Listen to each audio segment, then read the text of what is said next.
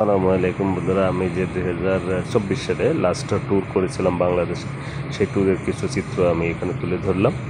আমরা একটা গাড়িতে করে কুয়েত এয়ারপোর্টে গিয়েছিলাম। যাওয়ার পর ওখানে নামলাম এবং আমাদের লাগেজগুলো ট্রলিতে করে ভিতরে প্রবেশ করালাম। ভিতরে প্রবেশ করানোর পরে আমরা আসলে লাগেজে কম বেশি হয় সেটা মাপার ক্ষেত্রে কি হয় আজকে নাই মাফার তো ওই যে কুদ্দুস চলে গেছে, বলছে যে মাফার লোক নাই, চলে আসি যা ছিল সব নিয়ে চলে আসি।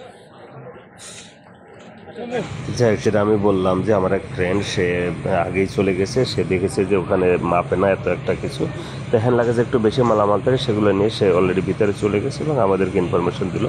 দেখ আমরা আস্তে আস্তে সবাই ভিতরে যাওয়ার জন্য করলাম। এখন আমরা আসলে এই যে লাইনে আছি বোর্ডিং পাস করার জন্য। এখন একটু ভিডিও করার জন্য পোজ দিলাম। এই যে আমার বড় ভাই আছেন, আরও বড় ভাই আছেন, আমার কলিগরা সবাই, তারপর আরেকজন আছেন, এই যে আমার মামা আছেন, এই যে আমার স্নেহের গোলাম রসুল আছেন।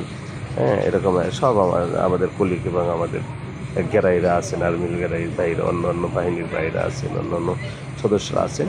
যাই হোক, সেইটা আমরা আসলে যাইতেছিলাম, যেতে যেতে যা বিজয়ের উল্লাস হবে ইনশাল্লাহ। ক্যামেরা আবার ঘুরাইতেছিলাম, আমি তাকে বললাম যে না, ক্যামেরা ঘুরান যাবে না, ঠিক আছে। আমরা বোর্ডিং পাস শেষ করলাম এবং ভিতরে প্রবেশ করলাম।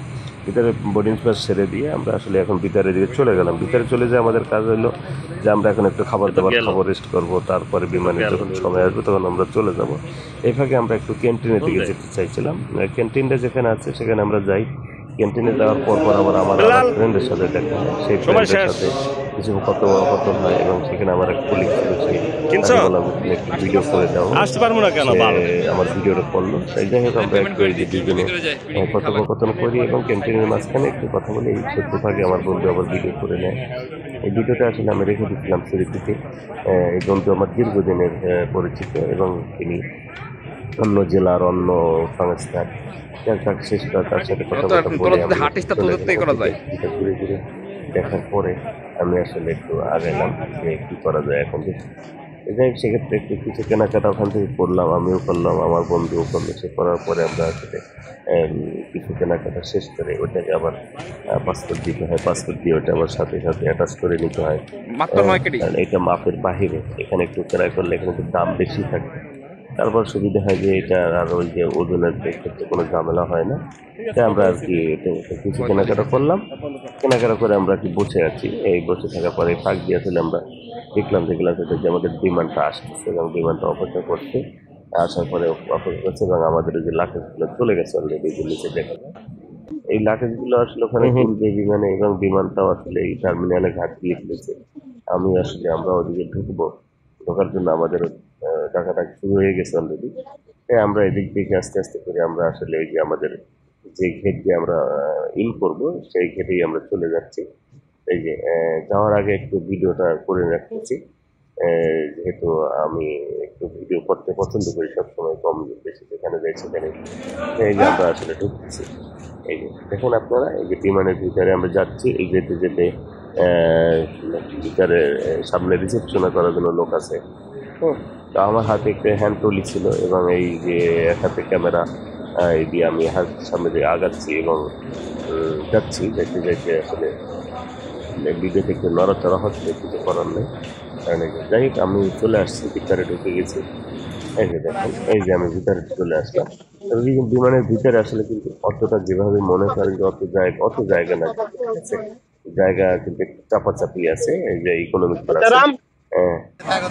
মোটামুটি বাসের মতো, ওই যে ভিআইপি বাসের মতো না, লোকাল বাস, ঢাকা শহরে ইন্টার সিটির যে বাসগুলো এইভাবে বা লোকাল বাসের মতো ওইভাবে যে বাস সিটগুলো চাপাচাপি আছে, বসে থাকতে পারবে। অত পাওয়া ছাড়া এটা অত কিছু শুয়ে থাকার মতো এসি বাসের মতো চেয়ার কোচের মতো হবে না। এই যে ভাগগুলো আমরা উঠাই রাখতেছি, লাকেজগুলো উঠাই রেখে আমরা আসলে তখন রেস্ট করবো। হ্যাঁ, আমার লাকেজ উঠানো শেষ, বসে আছে এবং প্রত্যেকটা সিটের সাথে কিন্তু কম্পিউটার আছে। আপনি এখানে মানে যা কিছু এই দেখতে পারবেন, বিমান কোথায় যায়, কমলে যায়, কত দূর স্পিডে চলছে, কত উপরে আছে। তো আমার সিটটা জানালা পাশে ছিল, তা আমি দেখলাম যে হ্যাঁ, বিমানের আস্তে আস্তে চাকাটা ঘুরছে। চাকা তো দেখা যায় না, যে হ্যাঁ পাখাটা আস্তে আস্তে সামনে দিয়ে আগাচ্ছে, মানে আস্তে আস্তে স্লো গতিতে আস্তে আস্তে সে রানওয়ের দিকে যাচ্ছে। সবকিছু ক্লোজ করে দিয়ে সে রানওয়ের গতিতে আস্তে আস্তে যেতেছে। এই আমার যে এই যে জার্নির ভিতরে আল্লাহ আমাদেরকে সহজ করুন। এই জার্নি আমরা করেছি 2024 সালে। সেই জন্য আমি এটাকে একটা আমার একটা ইয়ে আকারে ভিডিও আকারে আমার টাইম লাইনে রেখে দেওয়ার জন্য যে বিমানটা কিন্তু এই যে চলতেছে টাইম লাইন রেখে দেওয়ার জন্য আমি এটা একটা কপি করলাম। আবার যারা আছেন যারা ভিডিও করেন ভিডিও বানান তারা আপনারাও যখন এই যে ট্যুর করেন ট্যুরটাকে আপনি স্মরণীয় করে রাখার জন্য আপনি টাইম লাইনে দিয়ে রাখবেন। যাই হোক, সেটা আমি একটা আমার ইউটিউব চ্যানেলে দিয়ে রাখলাম, আপনাদের ভালো লাগলে দেখবেন এবং এখানে যদি কোনো ধরনের ভুল ত্রুটি থাকে সেটা আপনারা আমি উড়ান দিচ্ছি অলরেডি বিমানের উপরে উঠে গেলে কি এখানে যে নিচেরটা কেমন দেখা যায়। বিমান যেহেতু চলতেছে বিমানের কিন্তু একটা শব্দ শব্দ কিন্তু একটা আছে। এই শব্দটা আসলে থেকে যায় বা একটা যে ইঞ্জিন চলে বিমানটা চলতেছে বাতাসে একটা শব্দ আমি পাচ্ছি, হয়তো আপনারাও শুনতে পাচ্ছেন। দেখেন বিমানটা কিভাবে আকাশ উঠতেছে, আস্তে আস্তে করে সে উঠে যাচ্ছে এবং উপরের দিকে উঠতেছে। ঠিক আছে, নিচের যে শহরগুলো এখন কেমন দেখা যায়, ছোট ছোট মনে হচ্ছে সারিবান্ধা বাড়ি, ঘর বাড়ি ছোট ছোট একটা স্তূপ স্তূপ করা মনে হচ্ছে, ইটবালু পাথর মতো এরকমের দেখা যাচ্ছে। যা খুব সুন্দর ভিউটা উপর থেকে দেখা যাচ্ছে। এই যে আমরা উঠে গেছি, অনেক উপরে উঠে গেছি এবং বিমানটা একসময় উঠতে উঠতে কিন্তু অনেক উপরে উঠে যাবে, প্রায় 33,000 ফিট উপর থেকে চলে যাবে। দেখে চলতে চলতে আমাদের খাবারের সময় হয়ে গেল। এই যে দেখেন আমাদের খাবার নিয়ে আসছে, কি খাবার আছে এখানে, রাইস আছে, তারপরে রুটি আছে, সালাদ আছে, একটা কেক আছে, তারপর পানি আছে, ঠিক আছে, তারপরে টি আছে, তারপর একটা চিকেন আছে।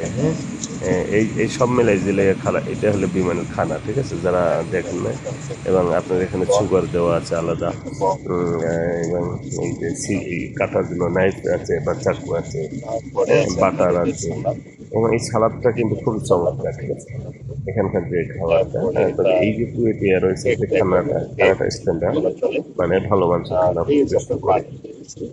পানিটা খুবই সুন্দর এবং স্বচ্ছ একটা পানি, একটা প্যাকেজ পানি দিয়েছে। এভাবেই আসলে এই খানাটা খেয়ে ঘুমিয়েছিলাম। ঘুমানোর পর আমি উঠে গেলাম, উঠে দেখি যে হ্যাঁ বাংলাদেশের আকাশে অলরেডি বিমান উঠতেছে। এইটা মগ দেয় পানিটা খাওয়ার জন্য বা হাতটা ধোয়ার জন্য, হাতটা ধুয়ে পানিটা খেলে না। এই এই আসলে পুরো একটা বিমানের যে একটা জার্নি, এটা আপনাদের কেমন লাগছে এটা কমেন্ট বক্সে জানাতে পারেন। সবাই ভালো থাকবেন, আসসালামু আলাইকুম।